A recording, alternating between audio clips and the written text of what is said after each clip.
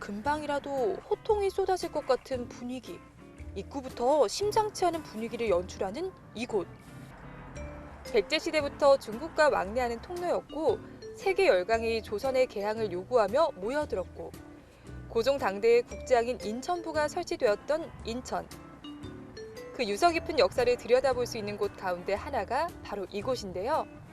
인천을 대표하는 인천시 지정 유형 문화재 1호이기도 한 인천 도호부 청사를 지금부터 만나봅니다. 네, 인천의 중심에 한국의 전통을 느낄 수 있는 곳이 있다고 해서 한번 나왔습니다. 이곳이 어떤 곳인지 설명해 주시겠어요? 네, 일단 저기 인천 도호부청사를 찾아주셔서 감사드리고요. 아, 네. 네, 이곳은 지금으로 치면 인천시청에 해당되는 곳이세요. 인천시청? 네, 아. 그래서 조선시대 때 이제 지금의 도호부라고 하는 곳이 인천시청에 해당되거든요. 아. 그래서 바로 시장님이 근무하셨던 이런 시청. 의 역할을 했던 장소예요. 근데 우리가 흔히 이제 관아라고 많이 들어보셨나요? 네. 네네네. 그래서 도호부 청사라고 되어 있지만 원래대로는 도호부 관아 이렇게 하면 관아라고. 네 맞는 표현임입니다. 네. 어쩐지 들어올 때 보니까 이 사또 같은 분과 네. 이 소졸 같은 분들도 있으시더라고요. 네, 그래서 아, 여기가 약간 어쩌면 벌 받는 곳인가 하면서 약간 무서워서 들어왔는데 그런 것은 네. 또 아닌가 보네요. 네네네. 네, 어떤 곳인지 굉장히 궁금해지는데요. 네, 원래 이제 지금 여기 딱 이렇게 재현돼 있듯이 네. 우리 예전에 도호부 관아 자체가 보면 아무나 드나드는 곳은 아니었잖아요. 네. 그래서 저렇게 문지기 분들이 이렇게 서서 이제 출입을 통제했던 아. 그런 모습을 이렇게 재현을 해뒀고요. 네. 그리고 이제 이렇게 들어오시면 시장님이 근무했던 이제 그 근무처 네. 그리고 이제 시청 그러면 우리 보통 시장님만 일한 줄 아시잖아요. 네. 그런데 조선 시대에는 이런 시청에다가 윗분이 이제 위에서 그 높으신 관료분들이 이제 시찰을 온다든가 네. 아니면 암행어사 같은 분들이 내려오셨을 때 묵을 수 있는 곳도 있어야 되잖아요. 그렇죠. 그래서 그것이 바로 객사라고 하는데요. 아. 그래서 그래서 일했던 동원 그리고 이제 손님을 접대하거나 이런 역할을 했던 객사 요렇게 이제 이루어져 있고요. 네.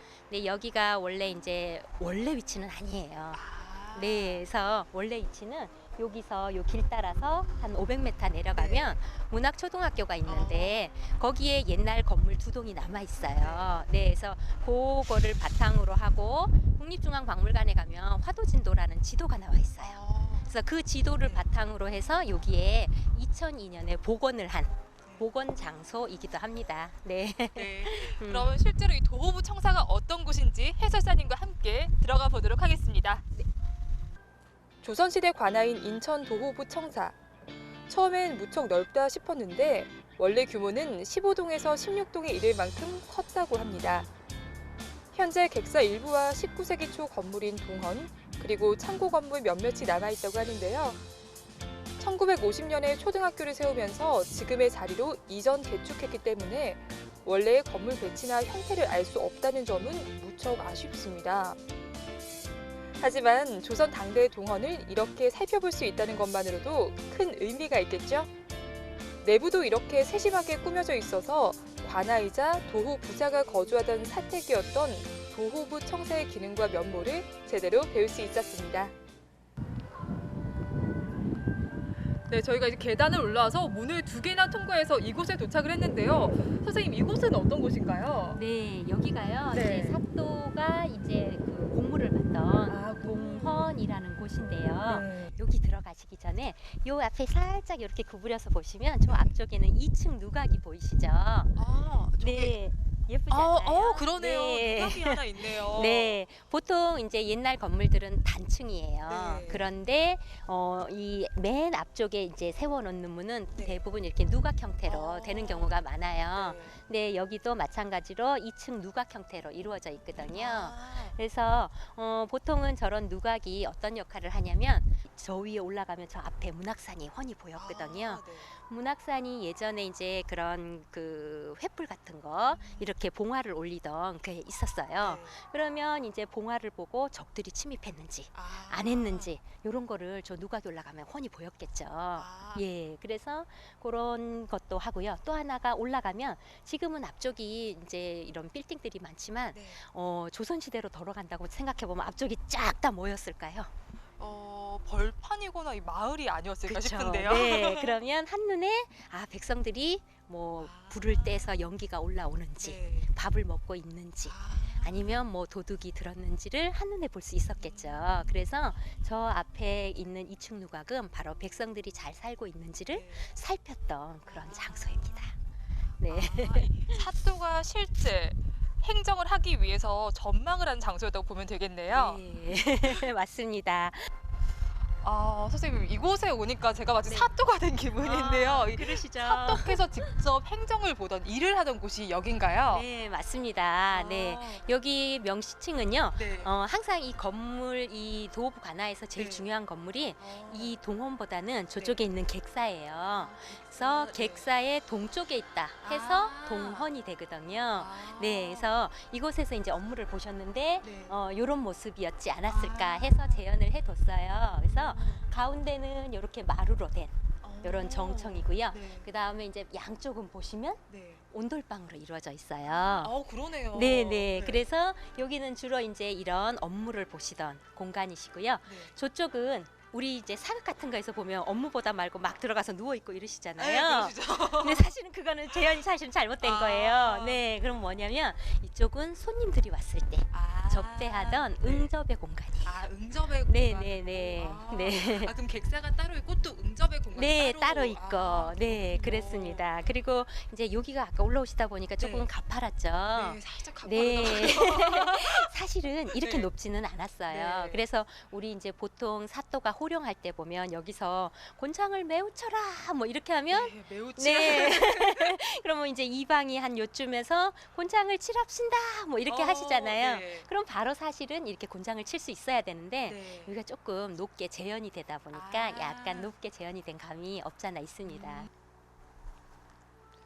네, 큰 죄를 진 죄인들에게 형벌을 가하는 도구 중에 하나죠. 제가 지금 이 곤장 옆에 서 있는데요. 이 곤장에 대해서 좀 더 자세히 설명해 주시겠어요? 네.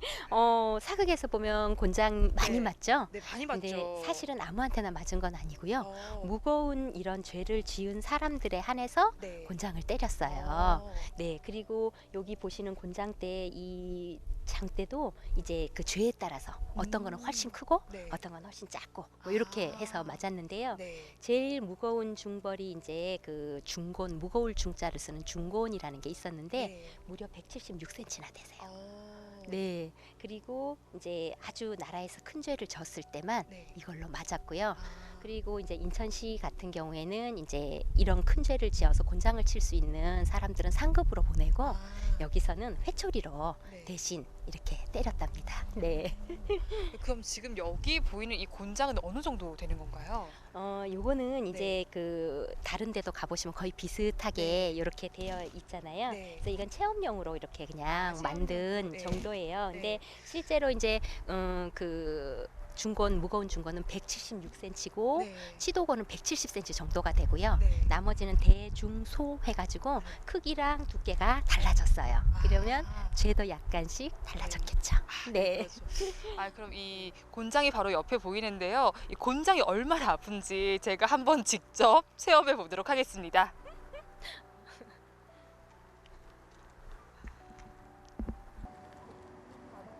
원래는 껴야 되는데 지금 목이 있으니까 그렇게 하시고 팔만 이렇게 저 지금 맞는다고 하니까 굉장히 떨리는데 이 부모님한테 회초리 맞은 것도 몇 년 전인데 선생님께서 살살 때려주셨으면 좋겠습니다. 선생님 네. 세게 때려주세요. 세게. 진짜 있는 힘껏 세게. 있는 이거. 옛날 그 형벌을 내리던 그런 그 시대 때 그렇게 한번 때려주세요. 이 원래 저기 엄청 그 사형을 앞두신 분은 엄청 세게 때렸거든요. 그런데 이제 가끔 이렇게 돈을 좀 준다든가 이렇게 좀 하시면 약하게 때렸어요. 그리고 영조 임금님은요 이거 때리다가 죽을 수 있어서 10도 정도만 들고 때리게 했거든요. 제가 오늘 영조 임금님처럼 10도 정도에서만 때리겠습니다. 아프셨나요? 네, 생각보다는 그럼 조금만 더. 아이고 큰일인데요. 아이고 네, 생각보다 아픈데요. 이거 2대만 맞아도 이렇게 힘든데 35대 100대 맞으면 정말 죽을 것 같습니다.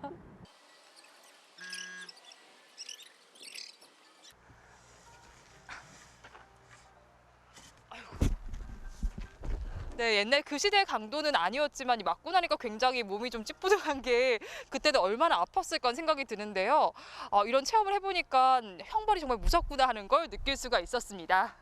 아직 끝난 거 아니에요? 네, 저쪽에 가면 주리대가 있거든요. 줄이요. 한번 틀어보시겠습니다. 그 줄이를 틀어라는 줄이 네, 말씀이시죠? 맞습니다. 그 주리를 틀어서 가실게요. 네. 오늘 살아서 가시겠죠? 네, 살짝 갈수록 발걸음이 굉장히 무겁습니다. 관공서와 경찰서 기능을 동시에 담당했던 조선시대 관아. 그 기능을 재미있는 체험으로 알 수 있도록 마련된 전시물들이 즐거움을 더해줍니다.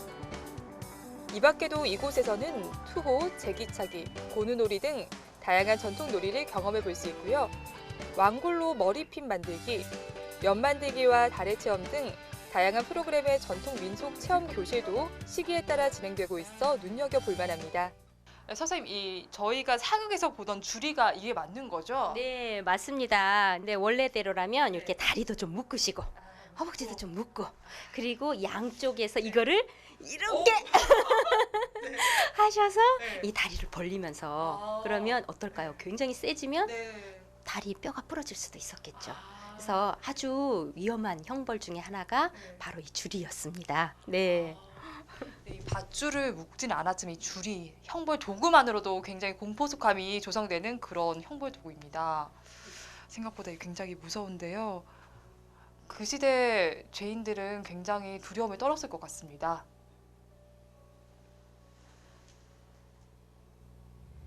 도호구에는 도호부사가 일을 하던 집무처 동헌과 함께 매우 중요한 건물이 있습니다. 바로 객사인데요. 임금의 위패가 모셔진 객사는 왕권을 상징하는 건물로 관아에서도 가장 큰 규모와 화려함을 자랑했습니다. 인천 도호부 객사도 원래 수묵한 규모였지만 현재 박공지붕의 중앙부 3칸과 측면 2칸만 남아있는데요.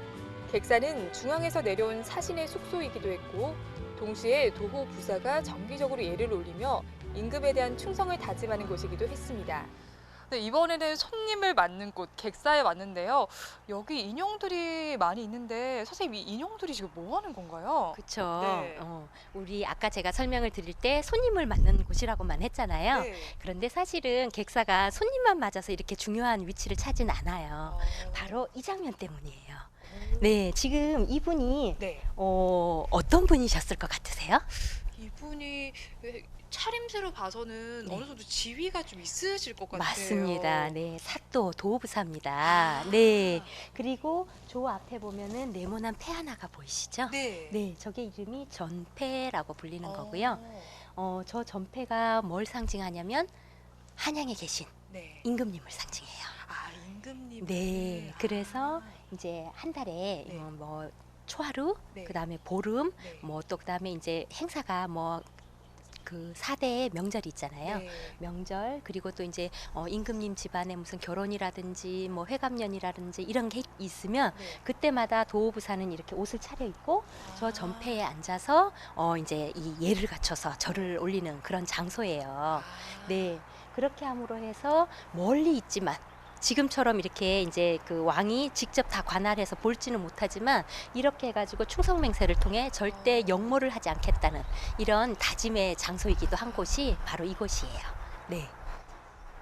네, 손님을 맞는 것뿐만 아니라 명절을 비롯한 여러 전통 의례가 이루어졌던 곳, 바로 객사가 그래서 중요한 곳이라고 합니다. 여러분들도 직접 이곳에 오셔서 직접 보고 느껴보셨으면 좋겠습니다.